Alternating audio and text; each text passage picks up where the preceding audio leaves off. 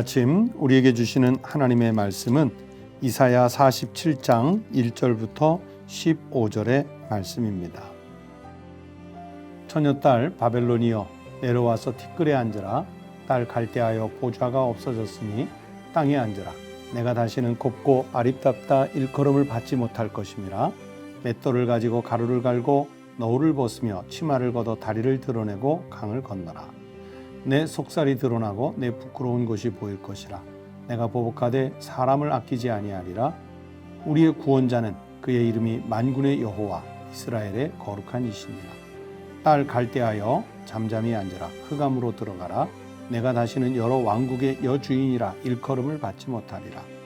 전에 내가 내 백성에게 노하여 내 기업을 욕되게 하여 그들을 내 손에 넘겨주었거늘 내가 그들을 긍휼히 여기지 아니하고 늙은이에게 내 멍에를 심히 무겁게 메우며 말하기를 내가 영영이 여주인이 되리라 하고 이 일을 내 마음에 두지도 아니하며 그들의 종말도 생각하지 아니하였도다.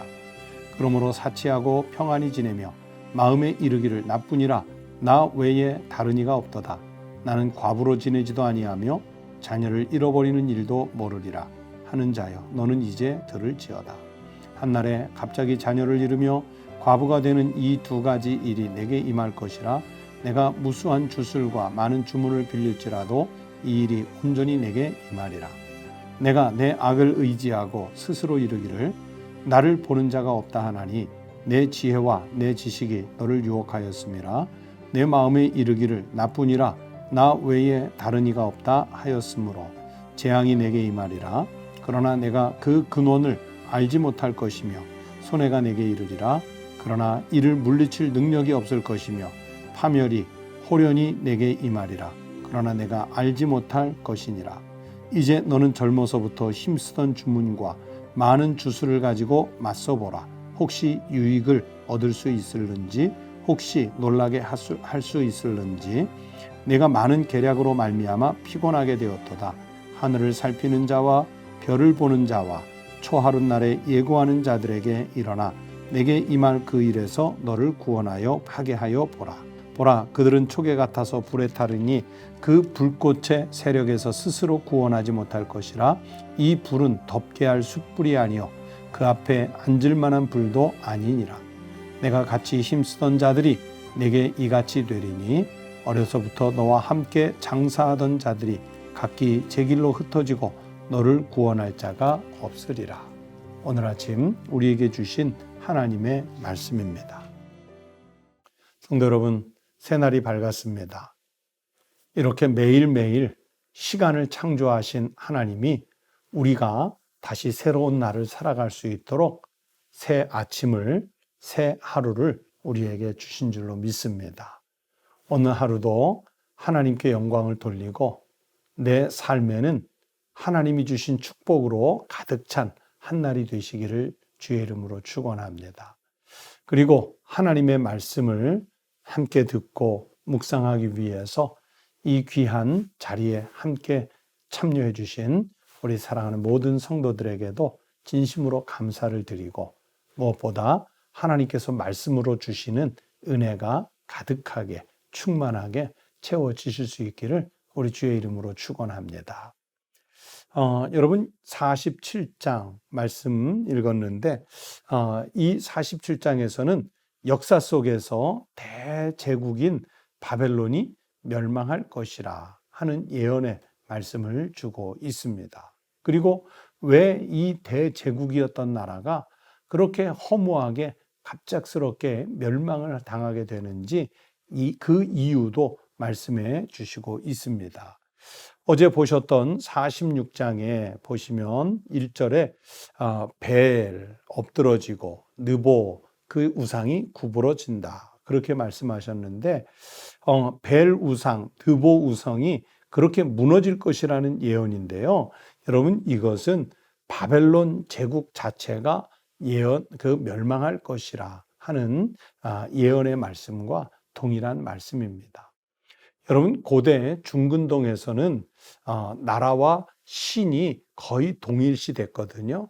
그래서 나라와 나라가 전쟁을 하면 이것은 바로 각각이 섬기는 신들의 대리전으로 여겼어요. 그러니까 신들의 전쟁을 이 땅에서 인간들이 한다.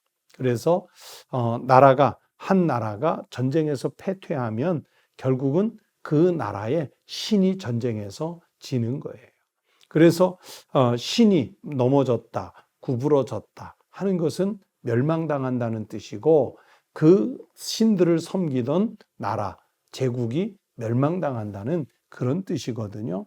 그래서 46장 1절에서 벨이 엎드러지고 느보가 구부러졌다 하는 얘기는 결국은 그 벨신, 느보신을 섬기던 바벨론 제국이 멸망당할 것이라 하는 예언의 말씀입니다. 특별히 우리가 성경은 신앙적 혹은 종교적 차원에서 말씀을 보는 것 아니겠습니까? 여러분, 이 바벨론 제국이 멸망하는 종교적인 이유는 뭐냐면 하나님과의 관계가 정치적, 국가적 흥망성쇠의 그 이유로 연결이 되어 있습니다.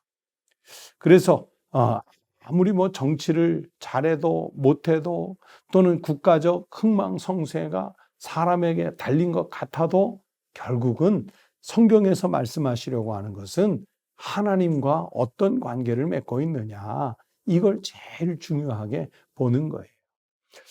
오늘 1절부터 5절 말씀에 보면 대제국 바벨론이 결국은 멸망당해서 수치를 당하게 될 것이라는 말씀입니다.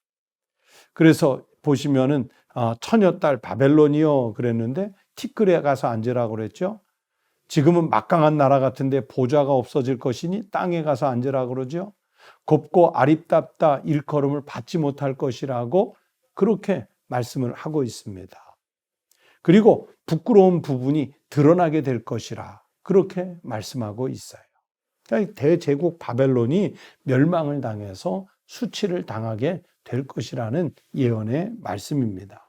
그런데 그렇게 막강한 제국을 이루었던 바벨론이 그렇게 속절없이 멸망을 당하는 이유가 무엇이냐? 6절 이하에 그 말씀이 나오는데요. 한마디로 얘기하면 바벨론이라고 하는 나라가 교만하게 감히 선민 하나님의 백성 이스라엘을 욕되게 하였다는 것 때문입니다.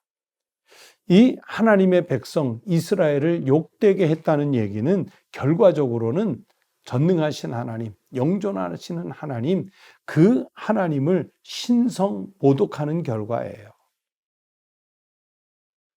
6절부터 7절에 아주 확연하게 나오죠. 전에 내가 내 백성에게 노하여 내 기업을 욕되게 하여 그들을 내 손에, 즉 바벨론 제국에 넘겨주었지만 네가, 즉 바벨론 제국이 이스라엘 백성들을 긍휼히 여기지 아니하고 이스라엘 백성들의 노인들에게 멍에를 심히 무겁게 하고, 그러면서 바벨론 사람들이 스스로 뭐라고 말해요? 내가 영영이 여주인이 되리라. 교만의 극치였죠. 마치 자기네가 역사의 모든 주권자인 것처럼 이스라엘 백성들을 향해서 영원히 종속시켜서 통치자로 남을 것처럼 그렇게 생각한 거예요. 선민 이스라엘의 역사 배후에 하나님이 계셔서 이 갈대아 사람들, 즉 바벨론 제국을 잠시 징계의 막대기로 쓰고 있다는 하나님의 역사의 그 통치를 바벨론 제국 사람들은 몰랐던 거예요.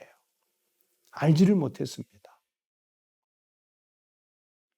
그런데 바벨론은 하나님이 이스라엘을 잠깐 징계하는 막대기로 쓰셨지만, 그러나 잠시 하나님의 도구로 쓰였다고 해서 이스라엘 민족보다 더 사랑을 받는 것은 아니지요. 우리도 자녀를 키우면서 예를 들어서 남의 자식은 때리지 않고 내 자식을 향해서 회초리를 들었다고 해서 안 때리는 남의 자식 더 사랑하는 거 아니잖아요. 지금 잘못한 부분에 대해서 징계를 받고 벌을 서고 있지만 내 자식이 더 사랑스럽지 않습니까?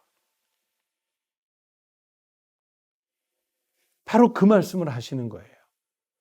비록 지금은 징계를 받고 있는 이스라엘이지만 하나님은 바벨론 사람, 갈대아 사람들보다 여전히 더 사랑하고 계시다.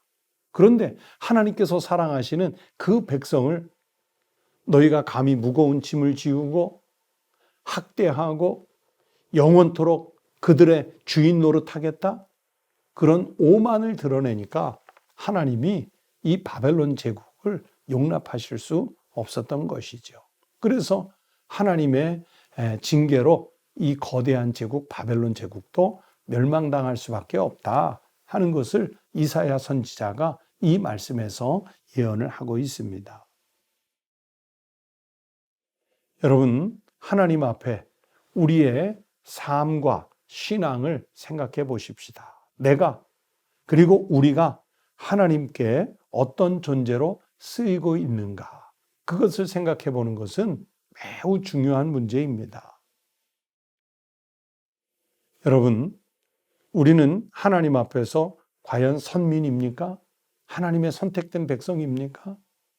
아니면 하나님께서 하나님의 백성을 훈계하시는 막대기로 잠시 쓰임을 받고 버려지는 존재는 아닌가요? 오늘 본문을 갖고 말씀드리면 여러분은 이스라엘 백성으로서 살고 계십니까? 아니면 여전히 죄악 속에 몸담고 있는 바벨론 사람으로 살고 계십니까? 교회 안에도 보면요, 특별히 어려운 상황을 만났을 때 보면 누가 하나님의 선민인지, 누가 하나님의 그 징계의 막대기로 쓰이는지 드러나 보일 때가 많습니다. 하나님 앞에 쓰인다는 것은 똑같지만, 그러나 기왕이면 우리는 하나님의 백성으로 쓰임을 받아야 되지 않겠습니까? 그러려면 하나님 앞에서 겸손해지십시다. 어떤 상황과 형편에서도 흔들리지 않는 믿음의 고백이 있으십시다. 그리고 우리 앞에 놓여져 있는 모든 사람들이 하나님 앞에 어떤 사람인지 우리가 감히 스스로 판단할 수 없기 때문에 타인에 대해서 정중하고 그리고 또 모질게 대하지 않는 그런 사랑을 보이시기를 바랍니다. 우리가 인생을 살면서 혹여라도 하나님보다 내 앞에 더 앞세우는 것이 있다면 여러분, 그것은 분명히 우상이기 때문에 버리거나 내려놓는 용기가 필요합니다. 우상을 버리고 하나님을 전적으로 신뢰하시기를 바랍니다. 그러면 바로 이스라엘 백성들이 포로로 잡혀가 있는 와중에도 하나님의 돌보심, 하나님의 지키심으로 살 길이 열렸던 것처럼 우리에게도 그렇게 살 길이 열리게 될 줄로 믿습니다. 오늘 무엇을 의지해서 사시겠습니까? 오늘 무엇을 바라보시면서 길을 가시겠습니까? 오늘 무슨 생각을 하면서 사시겠습니까? 오늘 여러분의 삶의 내용은 선민으로 사시겠습니까? 바벨론인, 갈대아인으로 사시겠습니까? 하나님 앞에서 올곧은 믿음의 길을 잘 선택해 사셔서 끝까지 하나님께서 이스라엘 백성을 지키신 것처럼 우리 성도들의 삶도 하나님께서 지키시는 일과 그리고 인생이 되시기를 주의 이름으로 축원합니다. 기도하시겠습니다. 하나님 아버지, 감사합니다. 오늘 우리는 하나님 앞에서 선민으로 살게 하여 주시옵소서. 우리가 살아가는 삶의 터전에 마치 갈대아인처럼 바벨론 제국처럼 모질게 하나님의 백성들을 공략해오는 세력이 있을지라도 하나님의 선민으로 살면 어떤 위기 가운데서도 보호받고 안전하고 평안하게 은혜롭게 감사하며 살게 될 줄로 믿습니다. 하나님, 그 자비와 긍휼을 마음껏 누리며 살아갈 수 있도록 우리에게 믿음 위에 믿음을 더하여 주시옵소서. 하나님, 지금 이 시대에 그리고 이 땅에 고난을 겪고 있는 이들이 많습니다. 아픈 이들이 많습니다. 심령의 상처를 당한 그 아픈 이들이 많습니다. 하나님 자비의 손길을 내미셔서 말씀으로 위로하셔서 또 전능하신 하나님의 권능으로 치유하셔서 회복의 역사, 치유의 역사가 일어나게 하여 주시옵소서. 하나님 아버지, 우리 성도들 한 사람 한 사람을 주님의 손길로 감싸 보호해 주시옵시고 가정에 일터에 모자란 것 없이 넉넉하게 채우시는 하나님의 복이 있게 하여 주시옵소서. 우리나라, 우리 백성들을 하나님께서 보호하여 주시고 특별히 우리 한국교회를 하나님께서 부흥토록 인도하여 주시옵소서. 이른 아침 주님 앞에 나와 기도하는 우리 성도들의 기도를 들으시고 하나님께서 연락하여 응답해 주시옵소서. 오늘 하루의 일과도 주님께 맡기오니 친히 주님께서 구름 기둥, 불 기둥을 펼쳐서 저희들을 인도하여 주시옵소서. 예수님의 이름으로 기도하옵나이다. 아멘. 네, 오늘 아침 함께 기도하시겠습니다. 첫 번째는 오늘 내가 누리고 있는 모든 상황들, 형편들이 있지 않습니까? 이것은 하나님께서 우리에게 은혜로 주신 것이기 때문에 여러분이 누리고 있는 모든 형편과 상황들에 감사 기도를 드리는 성도들이 되시기를 바랍니다. 두 번째는 우리나라가 평안하고 우리 국민들 사이에 갈등, 분열이 그 화목하게 치유되도록 위해서 기도해 주시기 바랍니다. 그리고 우리 국민들 사이에 솟아나는 분노의 감정들이 하나님 은혜로 평안하게 치유될 수 있도록 위해서 기도해 주시기 바랍니다. 또 세 번째는 여러분 우리 목회자들이 사명 잘 감당할 수 있도록 신실한 말씀의 종들이 될 수 있도록 기도해 주시고 또 우리 가깝게 구역, 지역, 교구 식구들 가운데 아픈 성도들이 있으면 여러분 내 이웃을 내 몸같이 사랑하는 마음으로 기도해 주시기를 바랍니다. 그리고 끝으로 믿지 않는 우리 가족들의 영혼 구원을 위해서 안타까운 마음으로 그들의 이름을 불러가며 기도해 주시기 바랍니다. 다 함께 기도하시겠습니다.